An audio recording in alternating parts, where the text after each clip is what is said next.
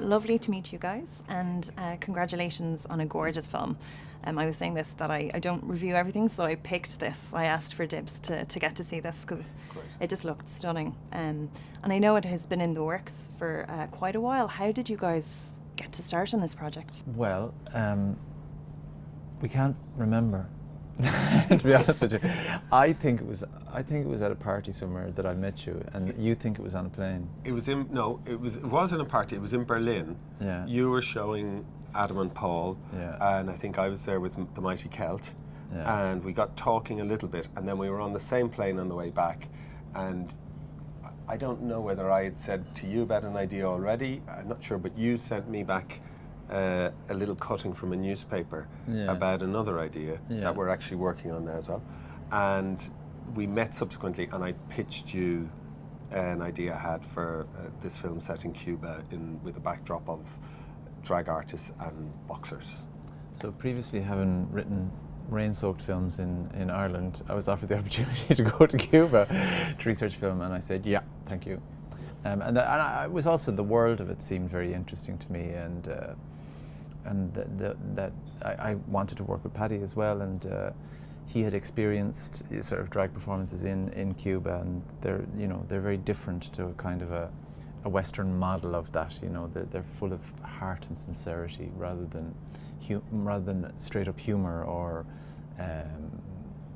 so that was really interesting. So it was from that I just went, yeah, let's do this, and the story evolved from meeting people in Havana and taking their stories down. I mean, we knew that it was always going to be a father-son type story, but we weren't sure of the details of it, and Havana gave us those details, and I think as well for both of us, maybe the timing was a good timing. I know I was sort of ready to change or do something different, or go back to somewhere that I'd been before, and I think for you as well, things were going on in your life where I think you were about to make some changes. I'd come to the end of a very large chunk of work which involved 2 films and a TV series, and I was kind of done with writing at that point, and I wanted to take a break from it, or else do something very different, and so this came about really.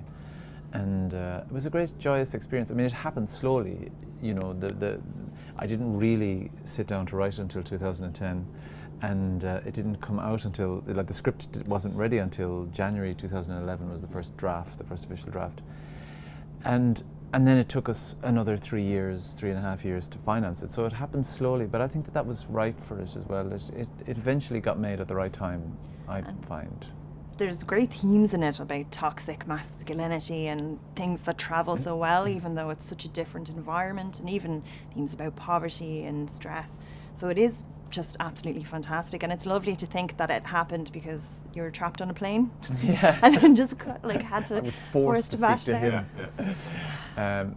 There is that, but and also the fact that it just came out of conversations that and that we were very open when we went to Havana to try and make sure that we weren't imposing a story on them and on Cuba itself, but to allow Cuba to allow us to be observers of stories and lives in Cuba. It's a very difficult situation to go into another culture and to as outsiders take an outsider's perspective on their lives.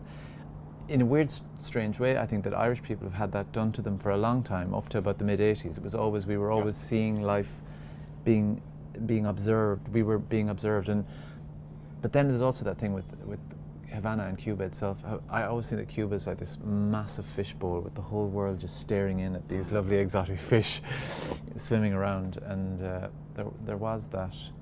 We made, I think, at the risk of going on a bit, but we made decisions about, normally with films like this, if there's an outside director and writer coming involved, what they do is the central character will be from outside of that society and will go in and will encounter the society and go, oh boy, this is so strange. Whereas we decided not to do that. We decided we wanted to make a real story about real Havana. Yeah.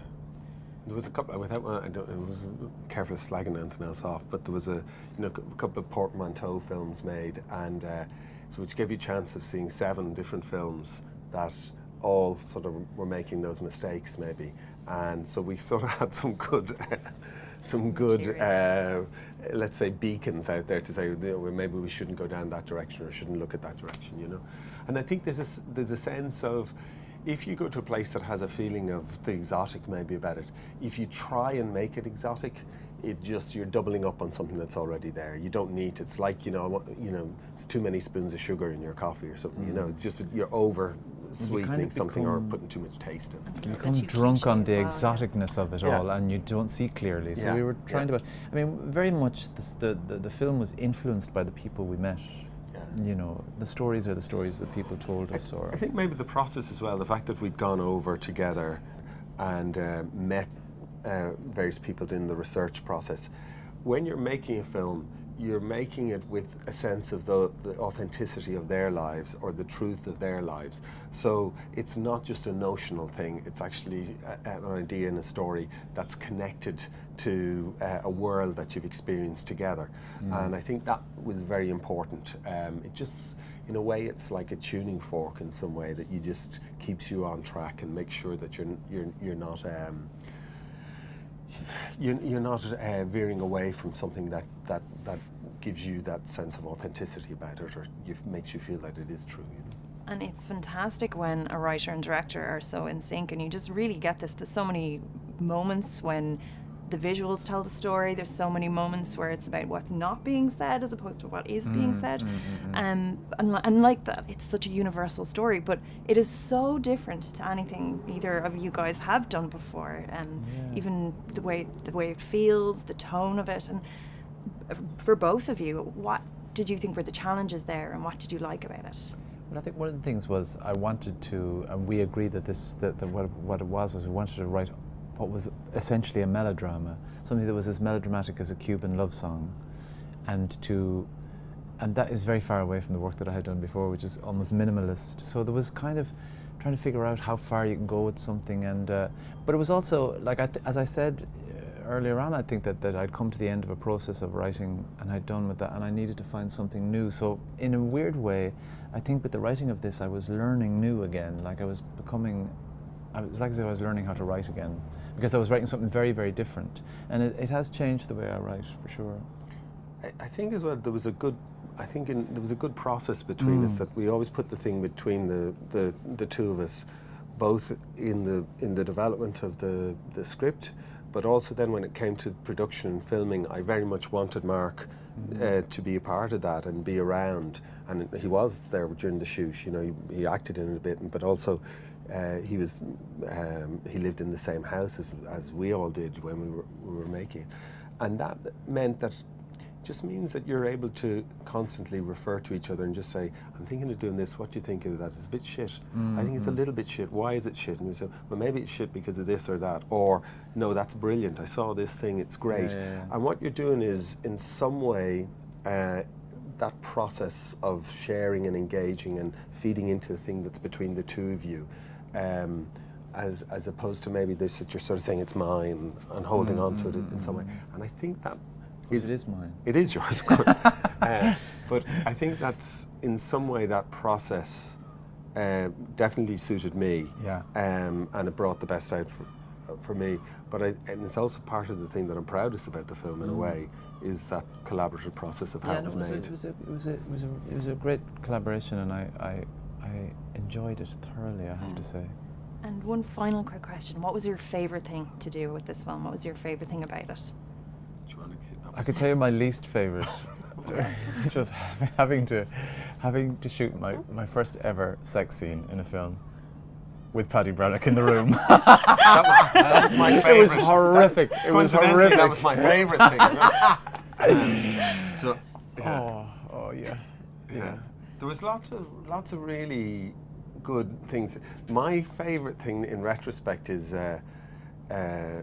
my daughter, my baby, appears at the very end of the film in a little coda, and my wife was sort of saying, put her in, cast her, and I was sort of saying, oh no, I've married a showbiz mom, what am I going to do? And eventually I sort of I gave in and I put her in the film, and now when I watch that moment of the film, and it's funny how your own life and your own things overtake the work you do, whatever.